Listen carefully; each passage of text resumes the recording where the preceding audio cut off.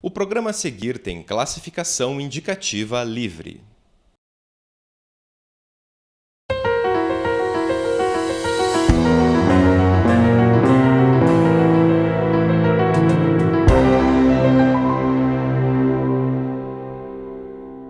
Olá!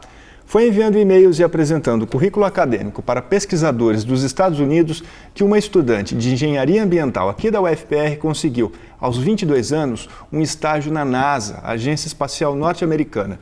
Mas ela não foi para lá lançar foguetes ou se preparar para viajar pelo espaço. Ela avaliou o impacto do desmatamento no ciclo da água na Amazônia. Vamos saber mais sobre essa experiência, os resultados desses estudos e muito mais. A engenheira ambiental Noemi Vergopolan Rocha é a convidada de hoje do Persona.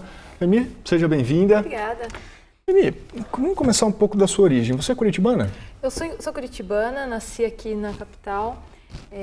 Meus pais vieram do interior para a cidade. De onde que eles vieram? Eles vieram meu pai veio de Quitandinha, na região metropolitana, ali para Almirante Tamandaré. Minha mãe de Bituruna, no interior do Paraná.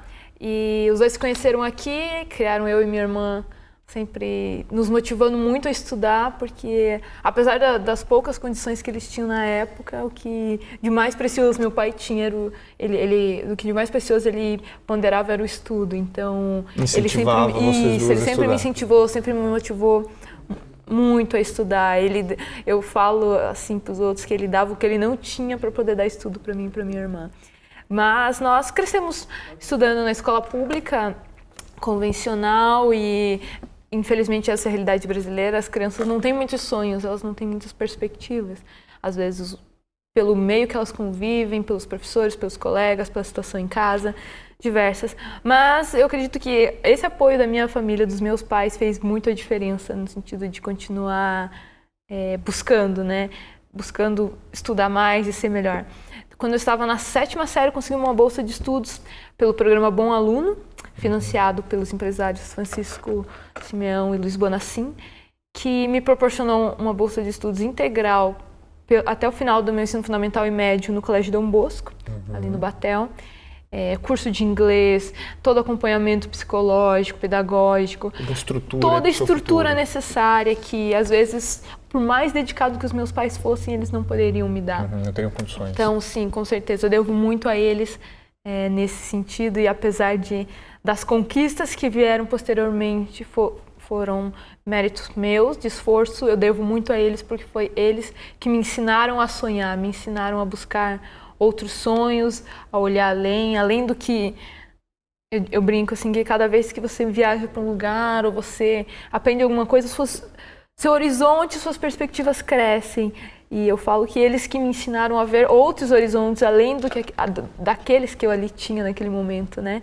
Então, engenharia ambiental. Essa época você já imaginava que seguiria esse caminho? Seguiria.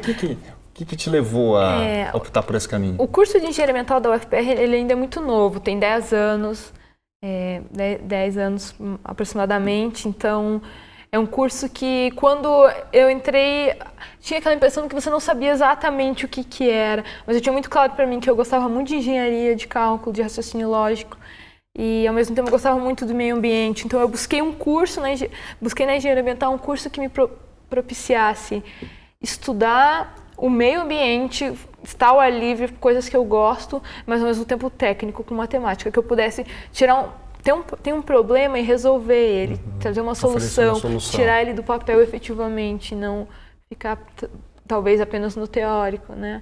Então, eu busquei isso na engenharia ambiental. Claro, eu não esperava trabalhar com dados de satélite, com modelagem matemática e recursos hídricos, que hoje é o meu foco. Então, quando você entrou, qual que era a tua ideia? Que eu vou trabalhar com o quê? O que passava na sua cabeça? Na verdade, eu sempre fui muito aberta para todo conhecimento, porque você pensa hoje em meio ambiente, quantas áreas você pode ir, desde solo, água, ar, atmosfera, subsolo, micro-organismos, áreas diversas. Então, é difícil você bater um martelo no primeiro ano da sua graduação, qual área você vai seguir, né? Então, eu sempre fui muito aberta a essas áreas. Gostei sempre muito de água, de recursos hídricos. Tive a oportunidade de fazer uma iniciação científica com a professora Alice Green, no laboratório de meteorologia, onde eu tomei contato com modelos meteorológicos e programação de computadores, na avaliação de dados de modelos meteorológicos. Isso aqui em Curitiba? Aqui em Curitiba, na Universidade Federal do Paraná. É uma iniciação científica com bolsa do PIBIC, CNPq, então também devo ao Conselho de Pesquisa Nacional.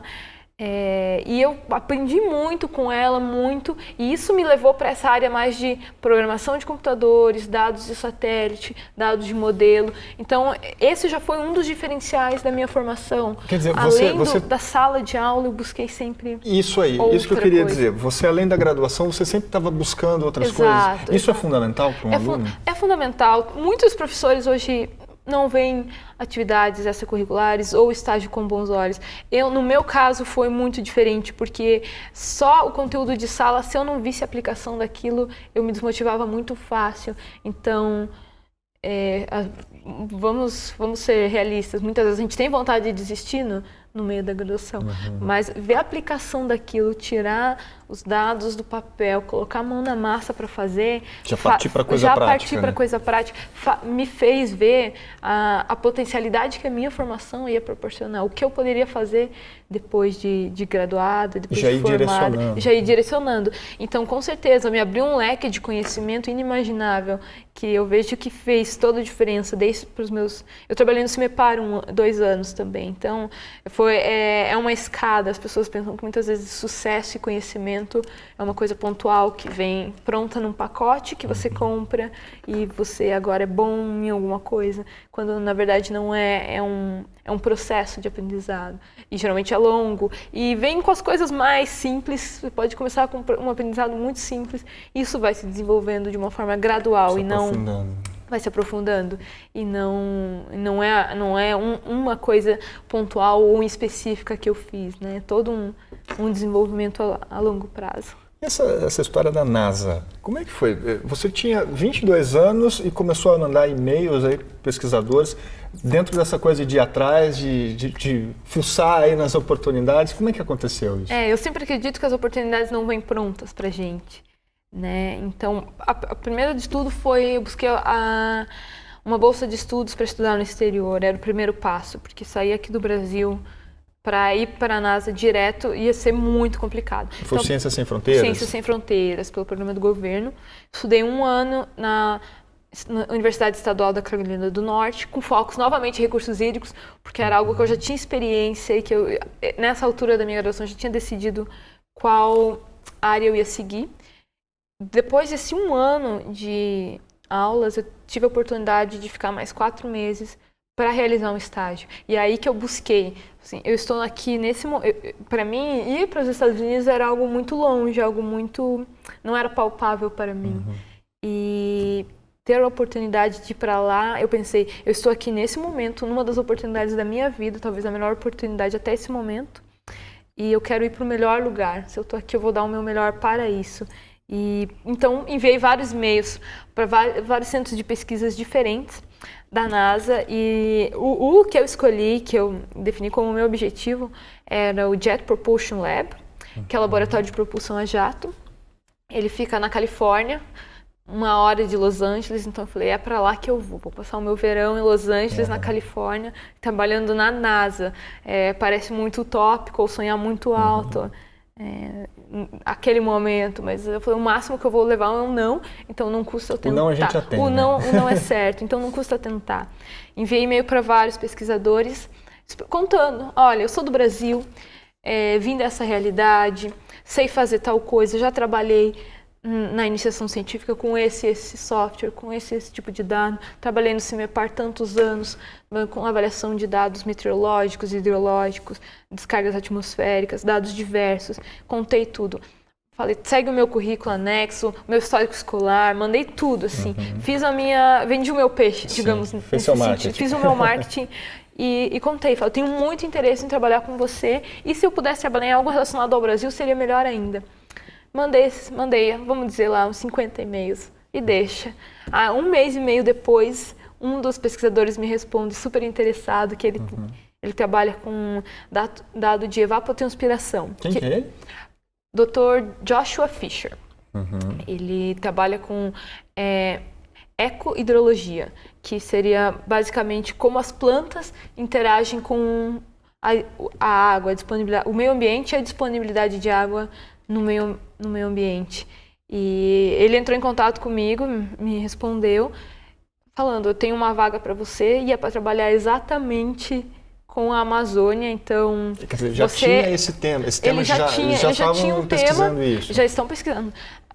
A gente não tem consciência do quanto a Amazônia é importante. Todos os pesquisadores no mundo inteiro, eles avaliam todos os métodos, todas as metodologias dos parâmetros do meio ambiente, da atmosfera, os processos que ocorrem, todos seguem uma tendência. Na Amazônia, tudo acontece diferente.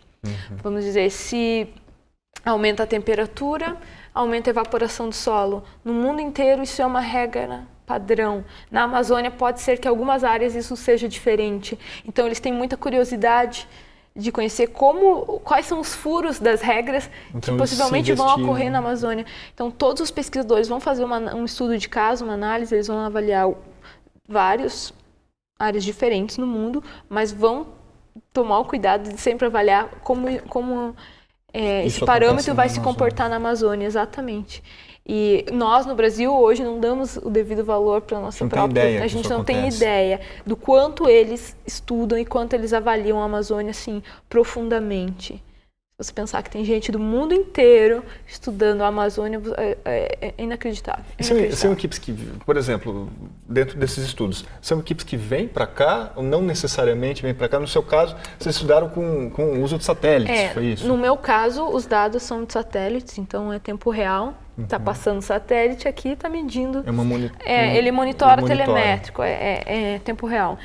Mas para validar esses dados, você tem uma medição, é um dado observado, mas para validação desses dados existem várias equipes. Então aí são subdivisões aí dentro das atividades. Várias equipes que vêm a campo dentro da Amazônia. O meu orientador já veio 3 vezes, por exemplo, para a Amazônia pesquisar. E eu nunca nunca fui para a Amazônia. Então, para você ver como é diferente a percepção que as pessoas têm a percepção que a gente tem do próprio país, sabe? Aquela história de santo de casa não faz milagre. Santo de casa não faz milagre, exatamente. Então, assim, eles têm um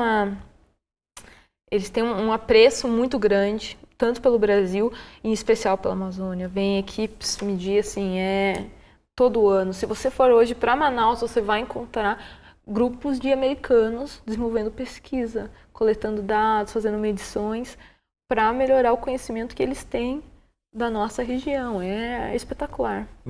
Tá certo. Rápido intervalo, nossa conversa com Noemi Rocha continua no próximo bloco. Até já.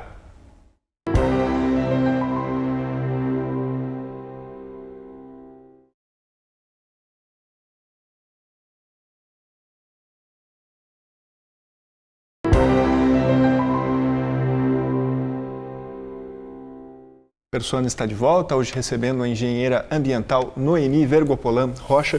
Noemi, nesse período que você passou na NASA pesquisando aí o impacto do desmatamento no ciclo da água na Amazônia, que resultados você encontrou? Bom, eu avaliei 3 dados diferentes, que são o uso do solo, ou seja, se o solo está exposto ou com vegetação rasteira ou desmatado, o tipo de vegetação em cada pixel, eu digo assim, de 1 quilômetro de resolução.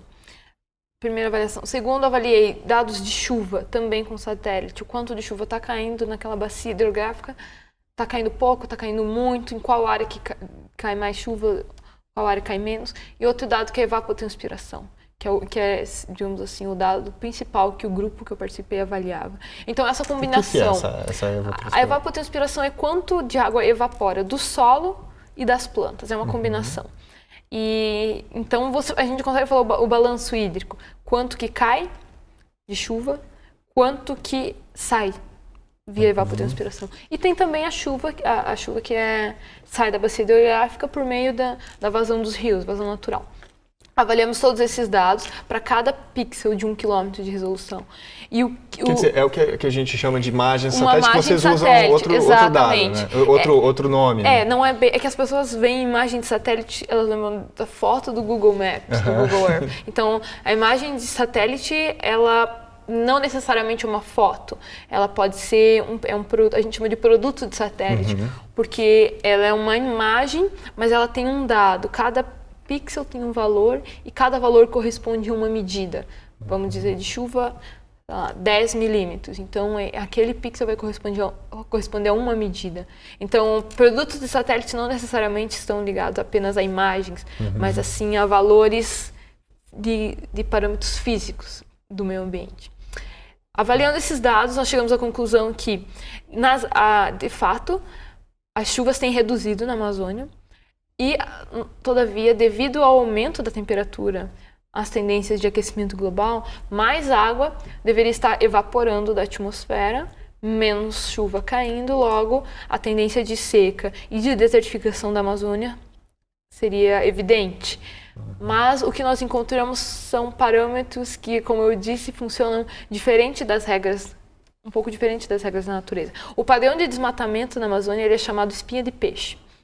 Então, que é isso? Por exemplo, o desmatamento lá não ocorre de uma forma contínua, 200 km² desmatados de uma só vez. Ele começa pelas estradas e vai se ramificando e ramificando por dentro. Então, ele não segue um padrão homogêneo, sim heterogêneo de desmatamento. E essa diferença a gente fala de gradiente de umidade, porque numa área que tem muita vegetação, a umidade é maior do que uma área sem vegetação.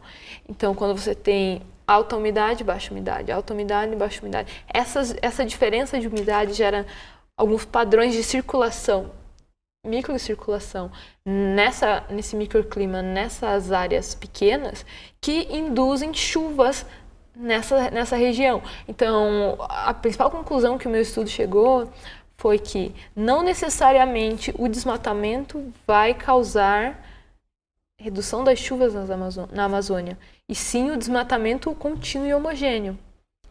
Então e, claro, é preciso estudar com melhor detalhes, porque é muito fácil inferir que o principal dilema hoje, eu analisei os dados de satélite que são dados de sensoriamento remoto. O que os estudos avaliam, na maioria das vezes, são dados de modelos matemáticos, ou seja, eles são previsões. E essas previsões, de maneira geral, elas usam, primeiro, uma escala espacial muito maior, vai lá de 5 a 10 quilômetros de resolução. E elas consideram, então, um desmatamento homogêneo de grandes áreas. Então, e, consequentemente, se você desmatar uma área contínua e extensa, você, de fato, vai encontrar redução das chuvas na Amazônia. Mas o que o meu estudo conseguiu avaliar foi esse desmatamento pequeno que ocorre, não pequeno, mas descontínuo que ocorre na Amazônia nos últimos 10 anos, resultou em quê? Aumento ou redução de evapotranspiração do solo? Aumento ou redução de precipitação no solo nessas áreas? Então, nós conseguimos chegar à conclusão que nessas áreas de borda, de transição entre áreas desmatadas e não desmatadas, nós identificamos uma tendência de crescimento da evapotranspiração, ou seja, esse gradiente de diferença de umidade induz a evapotranspiração nessas áreas e, consequentemente, pequenas células de chuva nessas regiões. Que consequências isso pode trazer? Isso vai muito depender das políticas ambientais adotadas na Amazônia a longo prazo, porque eu posso... E temos? Esse é o grande dilema. Ambientais, esse é o grande dilema, porque eu posso falar que o desmatamento, como está hoje, pode não afetar a longo prazo, mas aí isso abre toda uma discussão de vamos desmatar mais ou não, e que não é o caso. A Amazônia deve ser preservada, deve ser mantida no seu estado natural, porque ele é um bioma muito rico em biodiversidade, em espécies, né? Eu acredito que esse estudo serve mais para identificar quais são os padrões hoje existentes e não prever tendências futuras no sentido de que tudo vai depender de como o homem vai utilizar o solo E essas informações, próximos encontradas lá, elas podem ser aplicadas em outros lugares ou ela é específica para lá? Para de que forma esses dados contribuem aí com outras realidades?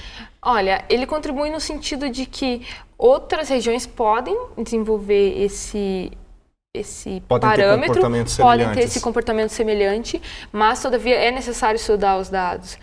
Esses dados que eu utilizei, eles são... É uma coisa muito peculiar, muito particular. É muito peculiar. Eles são disponíveis para o mundo inteiro, então se alguém quiser fazer um estudo similar com o meu em outra região, é possível, porque esses dados são grátis, liberados de free acesso para o público, no geral. Todavia, é um bioma muito específico, é uma temperatura, uma umidade daquela região muito alta, então talvez em outras regiões tropicais seja possível encontrar parâmetros similares, mas eu acredito que o principal resultado disso é comparar com o que os modelos matemáticos hoje estão prevendo e o que os dados observados nos 10 últimos anos com dados de satélite estão dizendo. Porque é muito fácil fazer uma previsão catastrófica, colocar no jornal e falar assim, olha, daqui 10, 50 anos nós vamos ter água. Os dados observados conseguem me dizer se é 50, se é 100, se é 10. São dados com maior qualidade. Nesse sentido. E tem gente aqui no Brasil pesquisando isso? Quais são os centros? A gente tem centros de referência aqui no país? Tem sim, com certeza. O INPE é o maior centro de referência nesse tipo de estudos. O Brasil tem satélite brasileiro, que é o CIBERS. Foi lançado o CIBERS 8 recentemente. Mas, assim, são pesquisadores pontuais. Assim, eles são renomados. Marcos Hélio, Carlos Nobre, são renomados internacionalmente, são referência para os pesquisadores americanos. São pesquisadores com um conhecimento e uma riqueza de vivência muito grande, mas eu não sei até que ponto o Brasil tem investido nesses pesquisadores com... Falta apoio. Com apoio, exato. Internacionalmente eles são muito renomados, muito conhecidos. O desenvolvimento de pesquisa no Brasil hoje nessa área existe, todavia eu acredito que os recentes cortes na educação e no investimento tendem a afetar de alguma forma, né? Mas o Brasil hoje tem potencial para trabalhar com isso. Isso foi uma das grandes... Uma das coisas importantes que você notou estudando lá fora, a comparação, a importância que se dá lá fora para esses temas, para essa estrutura toda e a comparação com o Brasil?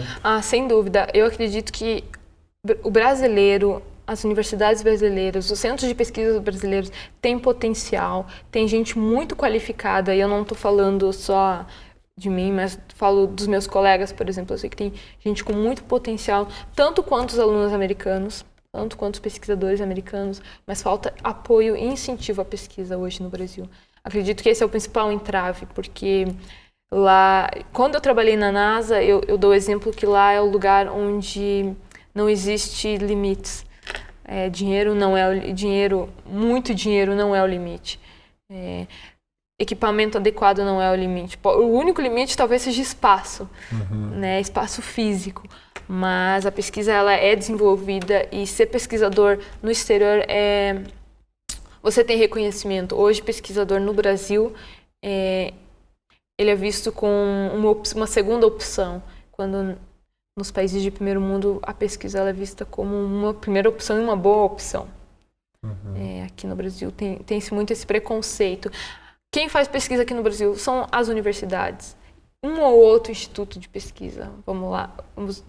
Por exemplo, CIMEPAR, INPE, né, nesse sentido. Nos Estados Unidos existem muitos centros de pesquisas, ONGs, instituições, universidades, e todas elas trabalham em conjunto. Claro, tem um apoio do governo federal muito alto.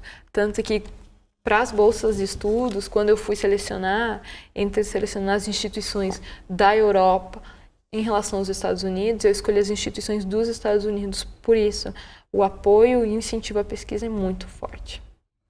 E agora você está indo para um mestrado? É um doutorado? Doutorado. Na verdade, os programas de pós-graduação nos Estados Unidos e na Europa não exigem, a maioria deles, não exigem mestrado como um pré-requisito para o doutorado. Então, eu estou indo direto da graduação para o doutorado.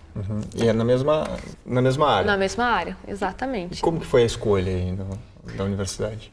Eu apliquei para várias instituições que tinham a minha área de pesquisa forte em desenvolvimento. E para escolher, eu basicamente ranqueei as universidades mais tradicionais, mais renomadas, em que a minha área de pesquisa em especial fosse forte no departamento. Quais são essas universidades hoje no mundo? As universidades que eu selecionei, Universidade de UC Davis, na Califórnia, University of Southern California, em Los Angeles, a Universidade de Princeton e Carnegie Mellon, na Pensilvânia. Na Europa, eu selecionei a Royal Institute of Technology, na Suécia, TU Delft, na Holanda, Twente University, na Holanda também, e Mines de Nantes, na França. Todos com programas em inglês. E você vai para Princeton? Eu vou para Princeton. Eu escolhi a Universidade de Princeton porque o departamento em si tem muito ele é muito forte, ele tem 3 grupos de pesquisas nessa área de modelagem matemática, recursos hídricos e sensoriamento remoto. Então, por ser um departamento mais consolidado nesse assunto, eu tenho várias opções de colegas que dominam o assunto também e pesquisadores para eu poder aprender nessa área, sabe? As aulas dessa instituição são exatamente com o foco que eu quero dar. Eu brinco até com os meus colegas que eu quero ver 100%, não posso ver todas as aulas, né? Eu tenho que selecionar a lista de disciplinas que eu vou atender, mas dá vontade de fazer todas, porque todas batem exatamente com áreas que eu tenho interesse em estudar. Tá certo, mais uma pausa e o Persona volta já. Fique com a gente.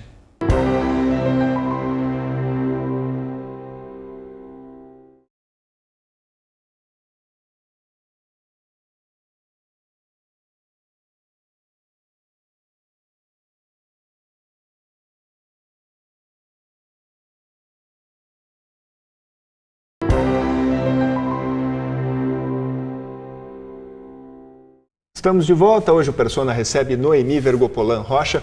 Noemi, você tem uma grande bagagem adquirida lá fora, vai ter ainda mais com o doutorado. E quando voltar, como aplicar isso aqui no Brasil? Existem caminhos, existem portas abertas? Então, o meu doutorado tem a duração de 5 anos, que eu acredito que é um tempo grande, em que muitas coisas mudam politicamente, economicamente, institucionalmente, dentro da universidade, dentro do centro de pesquisa. Então, a princípio, eu não tenho planos definidos ou planos fixos.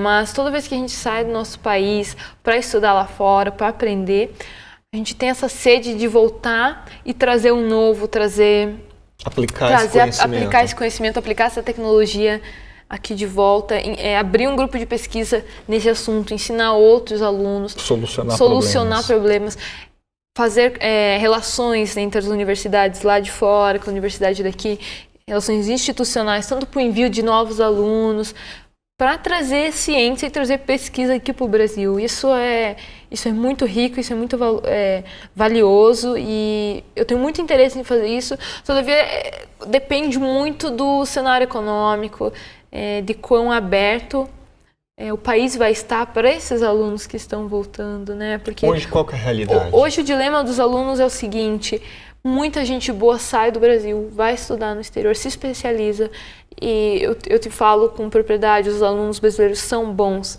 são dedicados. E o que acontece é que muitas vezes eles não voltam, porque recebem oportunidades muito boas lá fora, ou porque o Brasil não tem suporte, não tem como absorver. É uma mão de obra muito qualificada, são alunos que estão aprendendo tecnologia de ponta, e se perder isso é muito frustrante para o aluno, sabe? Vai lá, aprende, se dedica, traz o melhor de si de lá para isso se perder aqui no Brasil ou não ser usado, então não é sustentável, sabe? Para o aluno isso. Então, eu entendo a situação de muitos dos que voltam hoje, tanto do programa Ciências Sem Fronteiras, quanto da pós-graduação, que muitas vezes encontram um ambiente hostil no próprio país de origem, com cortes de gastos, cortes de investimento, mas eu acredito que a gente tem que ter essa fé no nosso país, fé na educação, fé de que a gente precisa retornar para a nossa pátria, para o nosso país, para a nossa cidade, tudo que nos foi investido um dia, né? Então, hoje os meus planos são fazer o doutorado e, nesse meio tempo, ir formando relações com a Federal, com outras instituições de pesquisa aqui no Brasil, o INPE, por exemplo, ou o CIMEPAR, para futuramente, quando voltar ao Brasil, esse terreno já está fértil, já está consolidado para o desenvolvimento dessas novas tecnologias. A gente vive um momento de crise hídrica no país, falta água em São Paulo, em outros estados do Sudeste. A solução pode estar aí ou está aí? A solução pode estar, digamos assim, a minha área de pesquisa vai basicamente avaliar os impactos atuais e como funcionam os mecanismos de seca, de falta de água, de distribuição, de vazão continentalmente. Então, assim, é uma escala um pouco maior do que as bacias regionais de hoje, de São Paulo, Paraná, etc. Pode ser aplicado com certeza. Hoje o grupo de Princeton tem um sistema de monitoramento de água para a África inteira. Então, a cada 5 quilômetros de resolução, esse sistema monitora quanto de umidade tem no solo, quanto de água tem disponível, qual a vazão dos rios que estão passando, qual a previsão de vazão hidrológica para daqui 15 dias, 3 meses, 6 meses. Então, é um sistema bem desenvolvido, muito detalhado, que pode ser aplicado no Brasil com certeza. Eu acredito que basta boa vontade política nesse sentido. E esses racionamentos todos, isso deve, até de uma certa forma, forçar esses estudos, essas equipes trabalharem nesses assuntos? Com certeza. A água sempre foi um assunto importante. Porque é o que a gente vive. Né? Não vai acabar. Ninguém dá valor até acabar, até sentir a falta na pele, né? Propriamente dito. Mas eu acredito que a principal solução não é... Assim, a pesquisa vai ajudar a entender? Vai. Mas a principal solução estão nas pessoas, nas mudanças de hábitos, na readequação dos conceitos que... Todo mundo tem que caminhar junto. Exato, tem que caminhar junto. E principalmente da indústria e da agricultura. Por quê? Porque a indústria hoje consome muito, muito água. É ínfimo o que o abastecimento da população consome em comparação com o consumo de água, o consumo hídrico da indústria e da agricultura. Então, esse conceito de economizar água vai muito além apenas de fechar a torneira. É toda uma reeducação. Diminuir o banho. Exato, não é só além de, né, diminuir o banho, é todo um conceito por trás. O que a minha pesquisa pode e deve abordar nesse sentido é a disponibilidade hídrica para as culturas e desenvolvimento de vegetação. Ou seja, quanto de água eu tenho disponível, quanto de água eu preciso realmente tirar do rio para irrigar as minhas plantações. E isso entra todo nessa questão de distribuição de alimentos e fome no mundo. Então, são áreas, digamos assim, um pouco mais complexas do que... Não é uma solução pronta que vem no envelope, mas pode contribuir, com certeza, para a disponibilidade hídrica.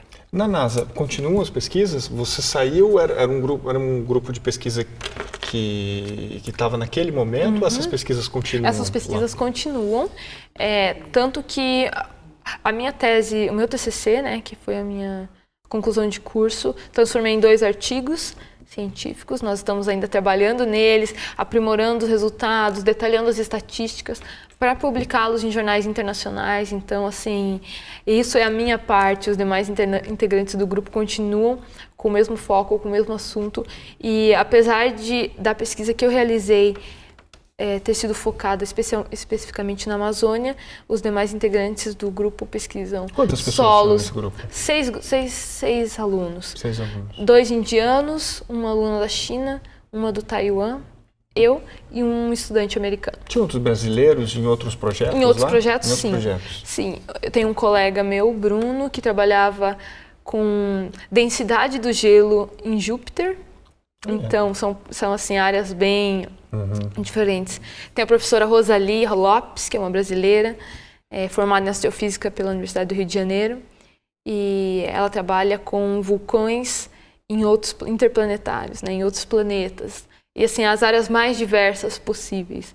Então, é muito rico esse ambiente. A gente foca muito ou em planetas ou em Terra, quando na verdade tem estudos e análises que muitas vezes não fazemos nem ideia. E você, embora não tenha, fosse de outro grupo, passeou por todos aqueles grupos lá, conheceu Sim, outras... eu tive a oportunidade de conhecer todos os centros de pesquisa, as salas de comando espacial, a sala limpa, que eles falam que é a clean room, onde os satélites são preparados, calibrados, assim, numa precisão impecável para serem lançados e poder medir essas coisas que eu estou falando. Conheci o centro de controle dos satélites, das sondas espaciais e a sala de lançamento das espaçonaves. Então, isso foi muito legal e algo que eu guardo muito deles, assim, que é um lugar muito aberto para os alunos, para os estudantes, onde tem pesquisadores de alto nível, pessoas famosas, assim, né? E pesquisadores de referência mundial, mas todos muito humildes, muito abertos aos alunos. Então, se eu tenho uma dúvida num assunto, eu posso ir na sala do pesquisador do lado, bater na porta, tirar minha dúvida, conversar com ele, assim como eu converso com você. Eles querem transmitir esse conhecimento. Exato. Então, essa abertura com os alunos é muito precioso. Foi, assim, uma experiência muito enriquecedora para mim. Poder conhecer e trabalhar com gente que te dá a oportunidade, que vai ouvir o que você vai falar, vai ouvir a análise que você fez, vai te dar sugestões, vai contribuir para a sua pesquisa de uma forma positiva, sabe? Então, isso foi muito interessante. Projetos muito curiosos, né? Você falou desse do gelo no Júpiter, né? Teve outros projetos que você nem imaginava, que a gente também nem imagina que existem, que te chamaram a atenção? Bom, é uma instituição de segurança nacional.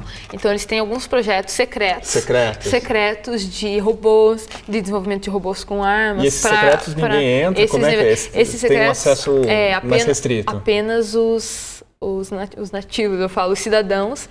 E os estrangeiros não têm acesso nem aos prédios, nem a essas pesquisas, mas a gente sabe que é desenvolvido, parece coisa de filme, a gente brinca, é segurança armada de filme, mas não, é de verdade. E eles realizam isso, claro, tudo secreto, tudo seguro. São pesquisas ainda em estágio inicial, mas a ideia é que com o tempo isso avance e conforme necessário, né, seja utilizado.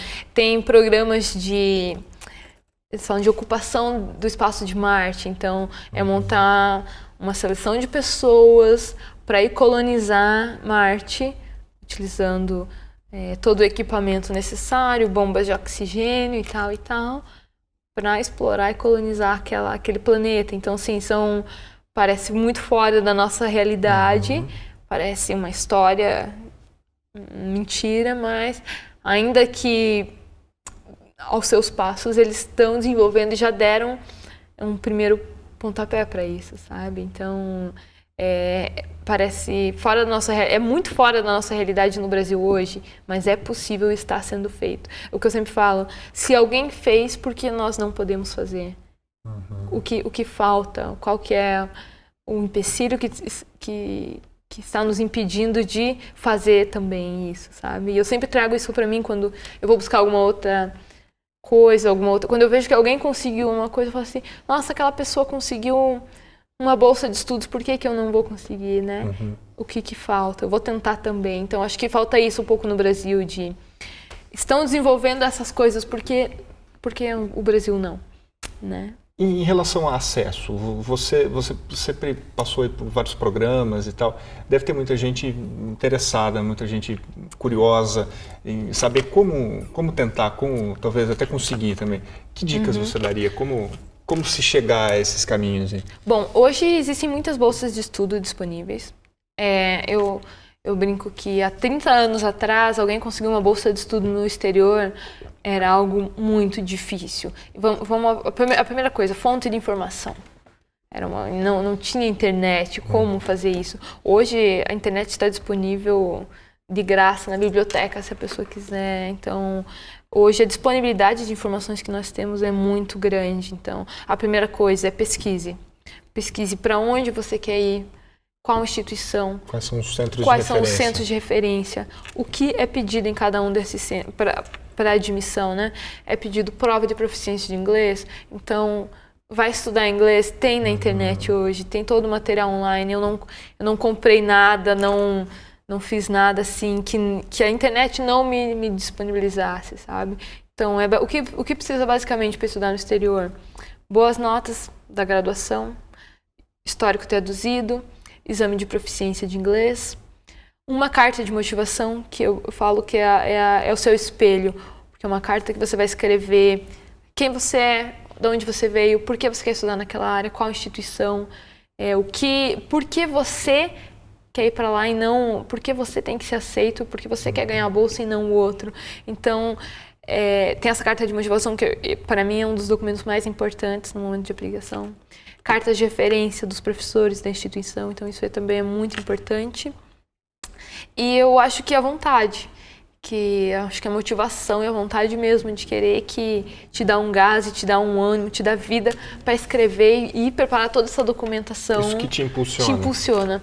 Então, pesquisar nas universidades, revisar os documentos necessários, entrar em contato com os professores de interesse. Eu entrei em contato para decidir as instituições que eu queria estudar. Mandei um e-mail também para eles falando, olha, eu tenho muito interesse nessa área, nesse assunto, quero muito trabalhar com isso, troco qualquer outro emprego para trabalhar nessa área. Mostrei a minha paixão, da onde que eu vim, toda a minha história, por onde eu passei. E falei, olha, se você quiser uma aluna nessa área, eu estou disponível. Então, entrando em contato com eles, alguns respondiam positivo, outros negativos, mas eu acredito que as falhas e os negativos fazem parte. O não a gente já tem. E com base nessas respostas, eu enviei as aplicações. Muitos professores, a gente não espera isso deles no exterior, eles incentivam os alunos. Alguns eu mandei e-mail falando, nossa, maravilha, eu estou precisando de um aluno exatamente assim. Manda a sua aplicação e quando você enviar, você me avisa que eu vou pedir para o comitê dar uma olhada. Então, assim, a gente pensa que é algo muito do outro mundo, que é um processo super impossível, quando na verdade é só uma questão de conversar e alinhar os objetivos, alinhar o que você quer com o que a instituição está procurando. Como que é o nome dos seus pais? José e Eli. Como é que eles ficaram quando você falou, tô indo para a NASA? Na verdade, eles ficaram muito surpresos, assim, como eu disse, é fora da nossa realidade. Eu até brinquei, eu falei, mãe, senta aí que eu vou te contar uma notícia. Para eles, assim, é uma realização inimaginável. Para mim, eu chegando lá, eu falei assim, nossa, é sério que eu estou aqui, eu estou vivendo isso? É algo muito além das nossas expectativas hoje aqui no Brasil, mas é possível e eu consegui, e muitos alunos da Federal podem conseguir também. Certo, o programa vai chegando ao fim. Eu quero agradecer a presença da engenheira ambiental Noemi Vergopolan Rocha. Noemi, obrigado pela sua presença aqui, parabéns pelo trabalho, sucesso aí. Esperamos mais notícias em breve. Se Deus quiser. Tá certo, obrigado. E obrigado também a você pela companhia. Se quiser entrar em contato com a gente, e-mail e Facebook estão aí na tela. O Persona volta na próxima semana. Até lá.